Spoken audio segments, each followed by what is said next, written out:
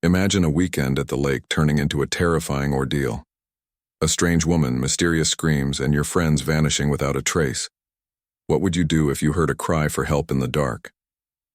Stay tuned to uncover the chilling story, and ask yourself, would you survive a night like this? If you're ready, hit that like button, subscribe, and join me on this terrifying journey.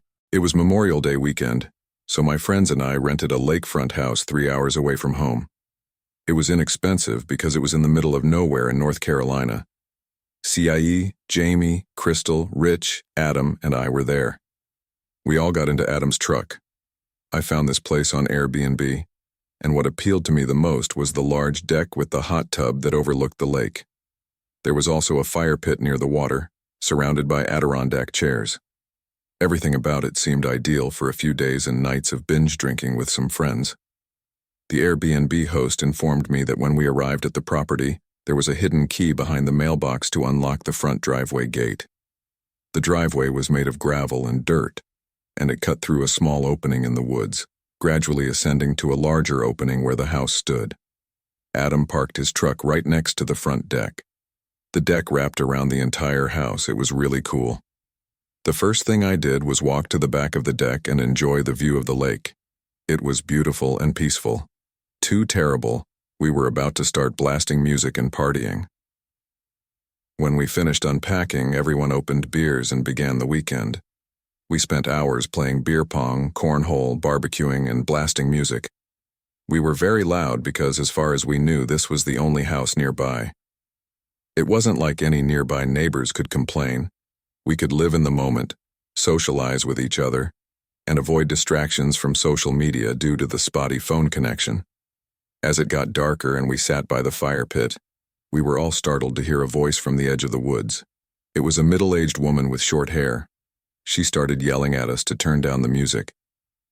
Someone turned off the music, and the woman began lecturing us about how we out-of-towners always come here, litter the lake, and make nothing but noise. She looked like genuine white trash. I apologized to everyone, and one of the girls asked the woman if she lived nearby and could hear the music. The woman responded in a yell, saying she couldn't hear herself think. She did not answer the other question about whether she lived nearby. Then she simply walked away into the woods. Literally, into the dark woods. It was extraordinary. When we were sure she was out of earshot, we all laughed.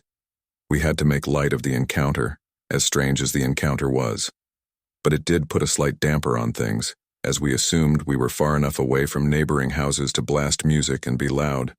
But we kept drinking, and soon that concern was forgotten, and we became loud again.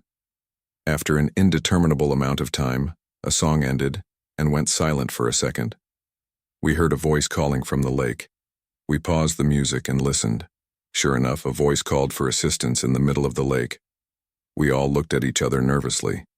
I stood up, approached the water, and yelled, "Who's out there?" "Are you in the water?" The voice responded, "Yes. Help." Adrenaline began to kick in. Near the water was a kayak with 2 sets of paddles leaning against the deck. Adam and I agreed to paddle out and save whoever was there. We yelled at them to keep calling, but they faded as we got deeper into the lake. After about 5 to 10 minutes of rowing out into the complete darkness of this lake, repeatedly calling out for the man we heard, there was complete silence. We could only see the lights from the house at the lake's edge, and everything else was dark. It was just the sound of a light splash of water, and then there were screams, female screams coming from the house. They sounded horrifying, like genuine screams of danger. It sounded like at least 2 screams from the girls. We immediately began paddling back, even more panicked. The screams subsided long before we returned to the shore. We screamed for our friends, but when we checked inside and outside the cabin, all 4 of them had vanished, without a trace. We tried texting and calling them, but there were no bars, of course. Adam's truck was still there, so we drove up the road to find the nearest neighboring house. We discovered it, a similar opening in the woods that led up a hill to a property where we saw a house with lights on. We tried to ring the doorbell several times, but no one answered. We went to look through one of the front windows, and what we saw sent chills up my spine. We could see clearly into the living room. There was a lamp on in the corner, And that trashy woman we saw earlier who came and yelled at us was in the middle of the room near the window.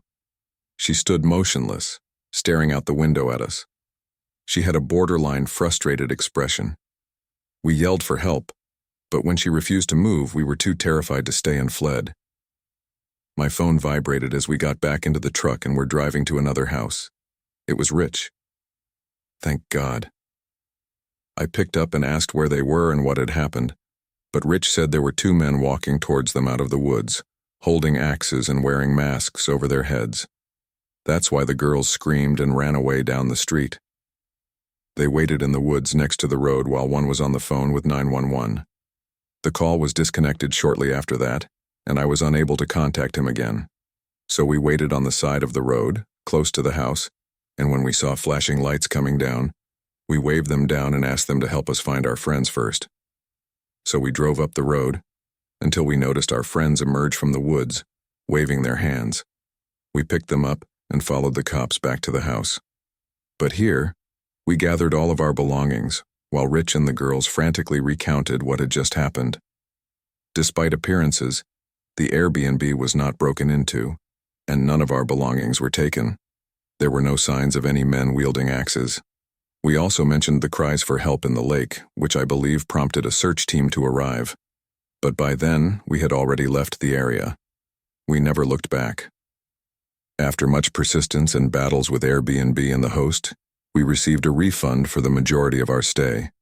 None of us could ever figure out what was going on, whether it was all a trap, if the lake's calls for help were linked to the men approaching the house with the axes, or if that woman was somehow involved. Was it just to scare us away, or did they intend to attack us? I do not know. I do not care. After this, I don't go to remote places anymore, and I know the girls will never do so either.